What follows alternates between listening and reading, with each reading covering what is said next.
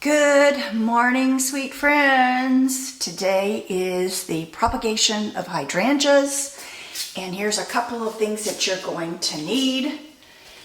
You're going to need a drill. You're going to need a pair of pruning scissors,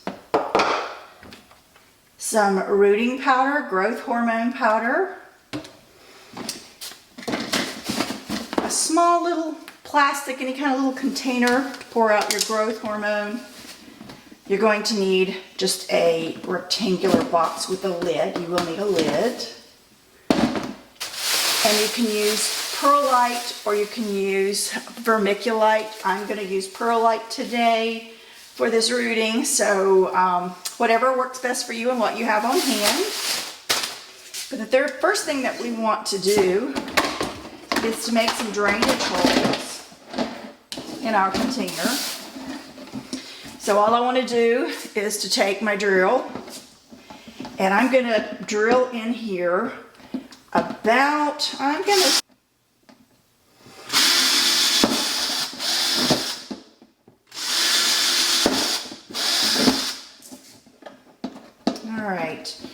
So I've got about, looks like about 12 in here. That should probably be fine. So you can see the holes that I've drilled in the bottom of it. All right. The next thing that I want to do to prepare for getting my cuttings is to go ahead and open my bag. Perlite. There we go. And I'm just going to pour this in. Right. Let me put a little bit more.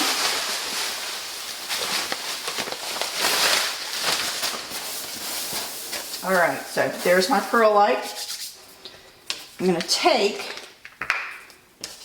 my growth hormone and I'm just going to put it in a little container like this. And the reason I'm doing this is because I don't want to contaminate. Don't ever stick your little cuttings inside here because you're introducing bacteria and you don't want to do that. Next, let's go get cuttings.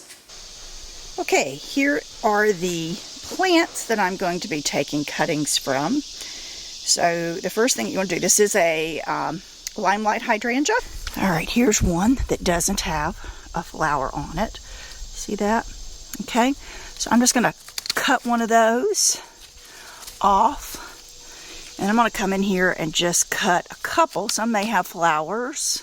This one, ooh, the lighting out here is going to be interesting for you guys to see. Here we go, like that. And once you get your cuttings, then I'll take you inside and show you exactly what to do from there. You're going to need probably, I'm going to say, about 12 cuttings.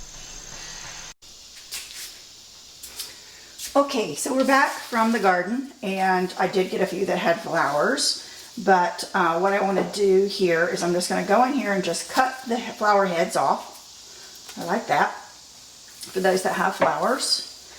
And then I'm going to cut where I see these leaf nodes, they're sets of 2. Can you see that right there? That's where you want to cut. I'm just going to cut it right above that leaf node, like that. I'm going to trim off these set of leaves right here. And I might even do these 2, like that. Okay? Then I'm going to roll that around. You can see that? Roll it around in my wonderful powder. And I'm going to stick it inside all the way down the perlite. I want to also cut my leaves because I want all the energy to go into the actual plant. Okay? So it's as simple as that. We'll do a couple more. Here's one without a flower. So again, I'm going to cut it above the leaf node right here, just like that.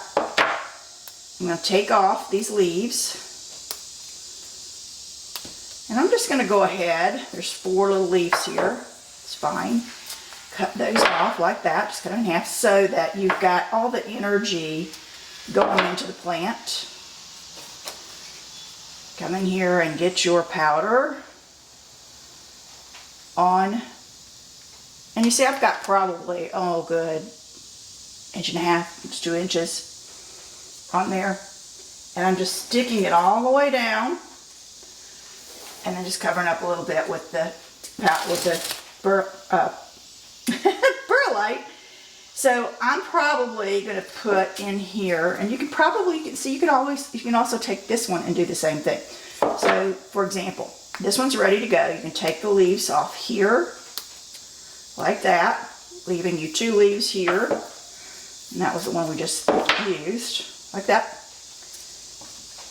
Roll it around in your hormone powder. And then take that and put it in your perlite like that. Here's one with a flower head on it. I'm just going to snip it off. I'm going to snip off right here, these leaf nodes, right there, that leaf node, just like that. I'm taking off the leaves. Actually, I tell you what, I'm going to come up a little bit. So I just took those leaves off right at those 2, that node. That's called a node. Alright, take your leaves off here. Trim off the leaves. See how easy this is? Dunk it in your growth hormone. And notice I'm putting a lot of growth hormone on here because I want that growth hormone is going to help create those branch. Okay, here's a small one. I'm going to go down here to this leaf node right here. See where those 2 leaves are? I'm just going to cut, snip it. Take off my leaves, except for those at the top. There's quite a few there. I might take that one off right there. Come in here and cut those in half, like that. Get my hormone. I'm going to bury this one a little bit deeper. He was a pretty tender little guy. And put him in the perlite, just like. And you're just going to keep going. And you're going to put in as many as you like. I leave enough room for circulation of the roots, so what I'm going to do today is I'm just going to probably put in a couple more in here, maybe 4 more in here, and try those. And then once I've got all of my plants in my perlite, I'll show you next steps. Okay, here are my little plants that I have cut. I use these little multi-purpose sprayers to water mine, and you just pump the tops and it gives you a nice spray. So what I'm doing here is just watering them in with a nice mist, and I might turn that up a little bit. That's what I love about these, is you can adjust this. I don't want to, obviously get them to where I'll blow them away. Or you can use a watering can. It's up to you. I'm using this mist because I want to create as much humidity in here as I can. So I'm just sort of watering down the perlite. And as most of you know, perlite is used as an aerator of soil. It helps hold moisture. I did put the drainage holes in just in case of excess. And you see I'm spraying pretty good in here. How wet we are.